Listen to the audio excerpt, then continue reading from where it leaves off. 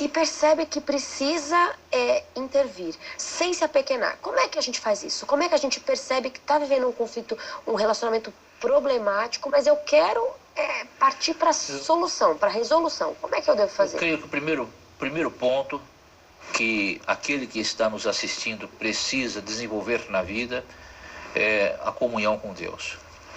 Deus, ele é a solução para qualquer relacionamento, porque Deus, ele está interessado no relacionamento. Claro. Segundo, aquele que está nos assistindo precisa entender também e respeitar a parcialidade humana. A palavra de Deus, em 1 Coríntios capítulo 13, o verso 11, nos diz o seguinte: quando eu era menino, eu falava como menino, pensava como menino, raciocinava como menino, mas logo que cheguei a ser homem, acabei com as coisas de menino. O que o apóstolo Paulo está nos dizendo? O homem, ele é um ser parcial. Então, a parcialidade humana faz parte da natureza humana. Esse negócio, o homem tem que ser imparcial. Né? Difícil. É complicado. Nós somos seres em parte. Né? A parcialidade humana, ela vive, ela está presente no ser humano.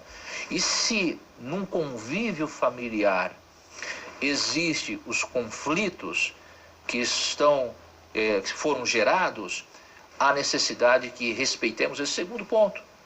Respeitemos a parcialidade, porque a parcialidade, para cada um, tem o seu momento, tem a sua hora. Como eu posso servir ao outro dignamente, cristamente, pensando no seu bem-estar, sem me apequenar, sem que a minha estima com isso vá ser reduzida? Da seguinte maneira: todo cristão devia ser servo, não escravo.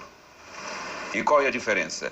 O servo atende necessidades, o escravo atende caprichos. No relacionamento conjugal saudável, cristão, nós atendemos necessidades, aí nós somos servos. Caprichos não. Esse capricho vai desde coisas elementares do dia a dia, como tipo abusar de mim em coisa que você pode fazer me sobrecarregar como se eu fosse um escravo seu, quando você poderia dividir as cargas, até entrar em áreas do meu corpo, como que você vai me escravizar. Em Cristo eu não vou permitir. Coisas que eu me sentiria ofendida. Ofendida. Sejamos servos, não escravos não. E vocês mencionaram menino. Aí eu fiquei pensando que um outro relacionamento importante é de pais e filhos. Como é que Deus interfere nesse relacionamento entre pais e filhos, para a atitude de pai e de filho? Deus tem o mesmo interesse pelos filhos. Né? A palavra de Deus nos diz o seguinte, que Salmos nos diz que os filhos são herança do Senhor. Certo? O que é uma herança? A herança é algo que não lhe pertence, pertence a alguém. Não é seu, é de alguém. Quando a Bíblia fala que os filhos são herança, os filhos são de Deus. Nós apenas estamos cuidando daquilo que é do Senhor, né? Parte do Senhor, pertence a Deus. E a herança, ela é o bem mais valioso, porque é algo deixado, é algo que foi conquistado, que você trabalhou, que você suou para ter aquilo, e agora se torna o bem mais valioso da sua vida.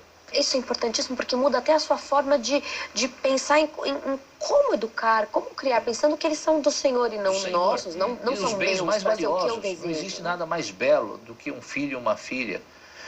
E nós não devemos aborrecer os nossos filhos, mas os nossos filhos também precisam nos respeitar. Mas como um filho respeita? Um filho respeita mediante a operação existente do pai em Deus, a vida do pai em Deus, a atitude do pai em Deus. Um filho não respeita pelo verbo, mas o filho respeita pelo exemplo, pela atitude, pela forma como o pai lida, como uma mãe lida em seu lar. Né? Aqui a palavra de Deus diz assim: filhos, obedecei vossos pais no Senhor. Verso 4, verso 1, verso 4 do capítulo 6 de Efésios, ele diz: e vós, pais, não provoqueis a ira dos filhos. Como é possível isso? Como provocar a ira dos filhos? Talvez uma das coisas que mais provoque a ira dos filhos é a incoerência. Eu exijo algo que eu mesmo não faço. Outra coisa são leis rígidas demais. Outra coisa é a ausência de vínculo, né? Eu não crio vínculo. Autoritarismo, agressões verbais, emocionais, físicas. Cada pai deveria estar atento. Esse meu comportamento estará provocando a ira do meu filho?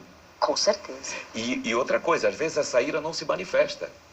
Na primeira infância, segunda infância, o lado juvenil, depois da adolescência, essa ira fica num contexto que os psicólogos chamam de passivo-agressiva.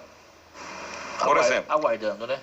Ele dá o troco de forma inteligente e silenciosa, tipo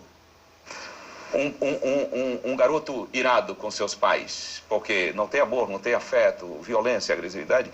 Ele diz assim: eu vou lançar a mão da passivo-agressiva. Eu vou mal na escola de propósito. Porque eu sei que eu vou obedecer. Seria o meu pai. Eu vou atingi-lo, né? Eu vou atingi-lo com más companhias. Eu vou começar a fumar e beber, quer ver? Assim é uma forma de passivamente eu agredi-lo. Um tapa no rosto eu não dou, mas eu faço com que ele se envergonhe. Eu digo a você, pai, eu também sou pai. Deus nos livre de provocar isso nos nossos filhos. Com certeza.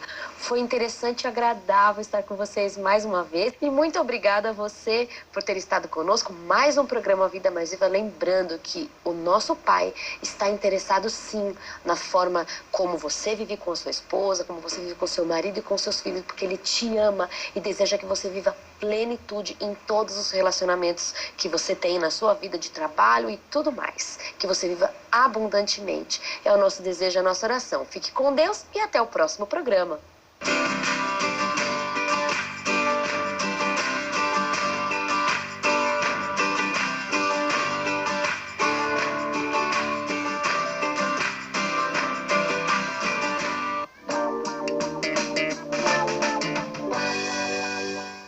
Já parou para pensar como seria o mundo se ao invés de fumar as pessoas soprassem folhas de sabão?